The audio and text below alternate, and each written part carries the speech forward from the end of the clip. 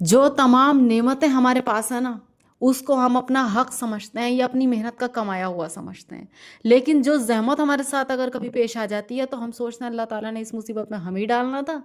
تو وہ بندے جو اللہ تعالیٰ کی نعمتوں پر غور و فکر کرتے ہیں اور اسی کے ذریعے اپنے ایمان کو بوسٹ کرتے ہیں، جنہیں ہر چیز میں اللہ تعالیٰ کے میریکلز اور اللہ تعالیٰ کی رحمت اور اللہ تعالیٰ کے کرشمے نظر آتے ہیں۔ سورہ آل عمران کی آیت نمبر 192 سے 194 تک کی تفسیر میں ہے کہ کس طرح اللہ کی نعمتوں پر غور و فکر کرنا ہمارے ایمان کو بوسٹ کرنے کا کام کرتا ہے۔ یہ کام ہمیں ضرور کرنا چاہیے کہ ہر چیز کو اس نگاہ سے دیکھنے کی اپنا سینس آف ہیومر پیدا کریں کہ یہ اللہ تعالیٰ کی کتنی بڑی نعمت ہے جو ہمارے پاس ہے، جو ہمارے لیے شکر کرنے کے دروازے کھولتی ہے۔ امیر المومنین حضرت عمر بن عبدالعزیز رحمۃ اللہ علیہ ایک مرتبہ مجلس میں بیٹھے ہوئے رو دیے۔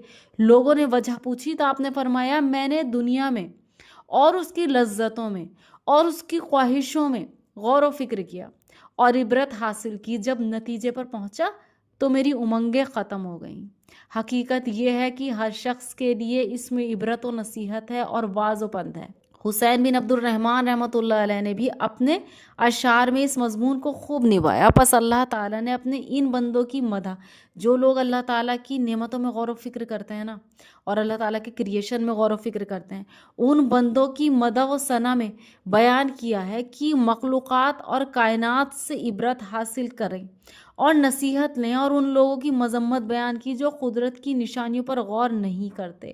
مومنوں کی مدح میں بیان ہو رہا ہے کہ یہ لوگ اٹھتے بیٹھتے لیٹتے اللہ تعالیٰ کا ذکر کرتے ہیں، زمین و آسمان کی پیدائش میں غور و فکر کرتے ہیں، کہتے ہیں کہ اے اللہ تو نے اس خلق کو عبث اور بیکار نہیں بنایا بلکہ حق کے ساتھ پیدا کیا تاکہ بروں کو برائی کا بدلہ اور نیکوں کو نیکیوں کا بدلہ عطا فرمائے۔ پھر اللہ تعالیٰ کی پاکیزگی بیان کرتے ہیں کہ تو اس سے منزہ ہے کہ کسی چیز کو محمل بنائے۔ اے خالق خلق، اے عدل و انصاف سے کائنات کو رچانے والے، اے نقصانوں اور عیبوں سے پاک ذات، ہمیں اپنی قوت و طاقت سے ان اعمال کی توفیق رفیق فرما جن سے ہم تیرے عذابوں سے نجات پالیں اور تیری نعمتوں سے مالا مال ہو کر جنت میں داخل ہو جائیں۔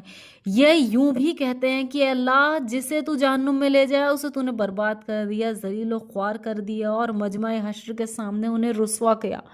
ظالموں کا کوئی مددگار نہیں، انہیں نہ کوئی چھڑا سکے، نہ بچا سکے، نہ تیرے ارادے کے آگے آ سکے۔ اے رب، ہم نے پکارنے والے کی پکار کو سن لیا جو ایمان اسلام کی طرف بلاتا ہے۔ مراد اس سے آن حضرت صلی اللہ علیہ وسلم ہے، جو فرماتے ہیں کہ اپنے رب پر ایمان لاؤ۔ ہم ایمان لا چکے اور تابداری بجا لائے، پس ہمارے ایماندار اتباع کی وجہ سے ہمارے گناہوں کو معاف فرما اور ان کی پردہ پوشی کر، اور ہماری برائیوں کو ہم سے دور کر دے اور ہمیں صالح اور نیک لوگ کے ساتھ ملا دے۔ تو نے ہم سے جو وعدے اپنے رسولوں کی زبانی کیے ہیں انہیں پورے کر۔ تو ہر اللہ والا جب اللہ تعالیٰ کی نعمتوں پر غور و فکر کرتا ہے نا تو لٹرلی یہی وہ الفاظ ہیں، کبھی کبھی ہماری فیلنگز کا ہم الفاظ نہیں دے پاتے، لیکن یہی وہ الفاظ ہیں جو ہم کہنا چاہتے ہیں کہ اے اللہ، ہم سے جتنا ہو سک رہا ہے ہم نے تیرے حکم کو پورا کرنے کی ہر چند کوشش کر رہے ہیں، نبی کریم صلی اللہ علیہ وسلم کی اتباع کی ہر چند کوشش کر رہے ہیں اپنے کمزور نفس کے ساتھ جتنا ہم سے ہو سکے۔ لہٰذا تو بھی اپنے وعدوں کو ہمارے ساتھ پورا فرما دینا۔ یہ ہر اس دل سے دعا نکلتی ہے جو اسلام کو سیکھتا ہے فالو کرنے کے لیے، جو اپنی زندگی میں اسلام کو لانا چاہتا ہے۔ تو یہ وہ چیزیں ہیں غور و فکر کرنے کی۔ آپ دیکھتے ہو کہ ساری ہی آسمان زمین پیڑ پودے یا جتنی بھی اللہ تعالیٰ کی نشانیاں ہیں ایک کافر بھی دیکھتا ہے اور مومن بھی دیکھتا ہے۔ پھر کیوں مومن کے ہی دل میں اس کی قدرت کاملہ اور زیادہ مضبوط ہوتی جاتی ہے اللہ تعالیٰ کی، کیونکہ اس کی سینس آف ہیومر اس طرح کا ہے، اللہ تعالیٰ نے اسے ایسی بصیرت بخشی ہے۔ اور جو اللہ کو نہیں مانتے وہ سوچتے ہیں کہ یہ پرکرتی کے نمونے ہیں، کرشمے ہیں، خود بخود ہوتے جا رہے ہیں۔ تو ایک غور و فکر کا جس کو ہدایت مل جائے نا، وہ بہت زبردست چیز ہے، بہت زبردست چیز۔ جزاک اللہ خیر۔